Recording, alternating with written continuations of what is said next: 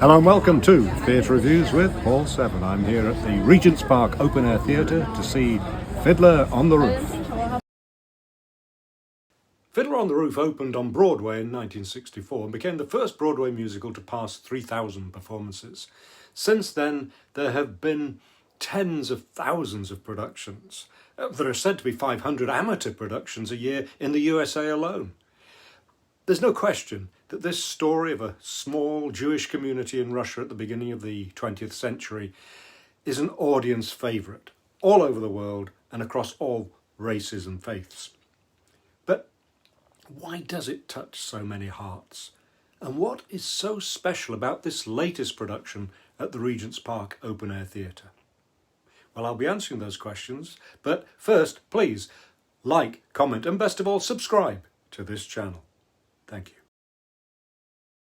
Fiddler on the Roof may be set in a Russian Jewish community in 1905, living in relative poverty and threatened by anti-Semitism, but it's built around the story of a milkman called Tevye and his conflicts with his daughters over who they should marry.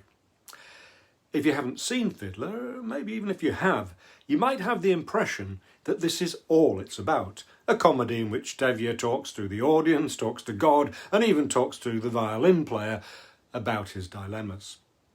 The idea that it's a light-hearted musical has been reinforced by the cheeriness of the most famous Tevye, Chaim Topol, and, by the way, all the best tunes are loaded into the first half. We move through tradition, matchmaker, and If I Were a Rich Man, almost while people are still taking their seats. Sunrise, Sunset, The Dream, which is performed hilariously in this production by all the cast dressed in white, acting out Tevye's apparent nightmare, and the great bottle dance at the climax of Act 1, based on Jerome Robbins' original idea, but in this production excitingly choreographed by Julia Cheng, best known till now for her work on the current hit production of Cabaret.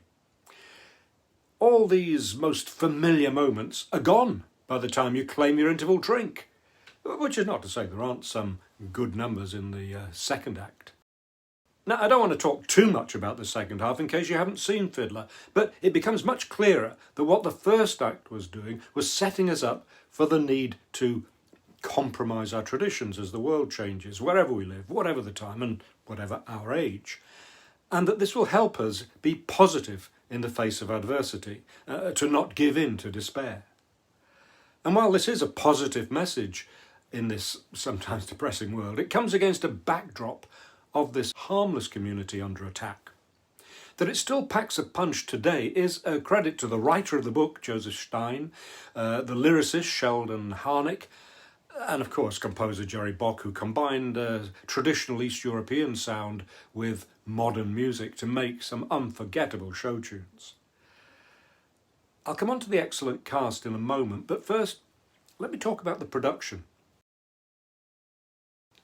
Despite the cheery picture on the publicity material, this production deals with the downbeat element of the musical extremely well. I was a bit worried when I realised the director was Jordan Fein, who was responsible for the dark version of Oklahoma at the Young Vic last year. I realised there is a dark undercurrent in Oklahoma, but I felt his gloomy treatment sucked all the joy out of the musical. There's a link to my review, by the way, near the end of this video. But here, his ability to see the dark side of a musical is tempered by a lightness of touch, and the heavier theme is handled with sobriety rather than despair. He doesn't labour the destruction of the community, nor the modern parallels, any more than the musical itself does. But he doesn't skate over them either. You could say he's succeeded in balancing the traditional view of Fiddler with a modern sensibility. And Tom Scutt's design is extraordinary. The costumes feel so authentic, all loose, simple clothes that look handmade. And the irony is not lost that the Open Air Theatre is the only major London theatre without a roof. Yet he's created a roof right across the stage. It looks like a wheat field, symbolising the way the community live off the land. It acts as the village's protection, yet it seems ready to crush them like a Venus flytrap. The roof dominates but never distracts, and it's high up on the roof that the fiddler is first seen and heard, Raphael Papo is the talented violinist.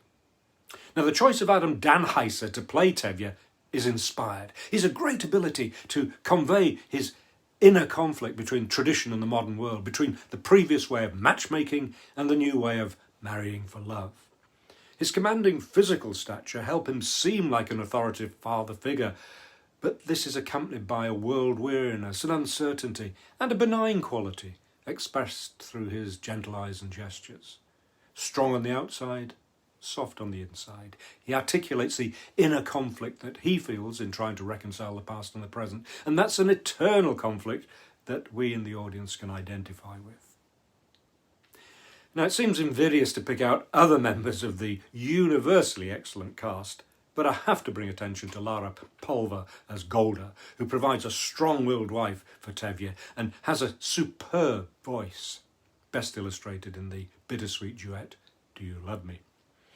All the daughters sing and act beautifully. The oldest daughter, Siegel, is played by Liv Andrusier with chutzpah. Wolff is suitably shy and awkward as her choice of husband, Mottel. Daniel Krikler is the passionate radical pear-cheek who wants to marry another strong-minded daughter, Hodel, played by Georgia Bruce.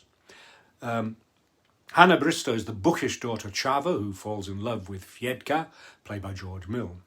Comedy is provided by Beverley Klein as the matchmaker, Jente, and Michael S. Siegel as the miserable butcher, Laza Wolff. It's a production that perfectly balances the humorous and the serious.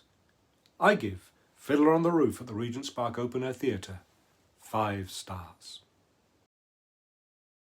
I hope you found this review interesting and useful. If you did, please like, comment and subscribe to this channel. Then you'll be the first to know about my future reviews. You can read my reviews at Theatre.Reviews, where I also summarise other critics' reviews of the latest London shows. You can also follow me on most of the prominent social media, with the exception of X. Thank you for watching.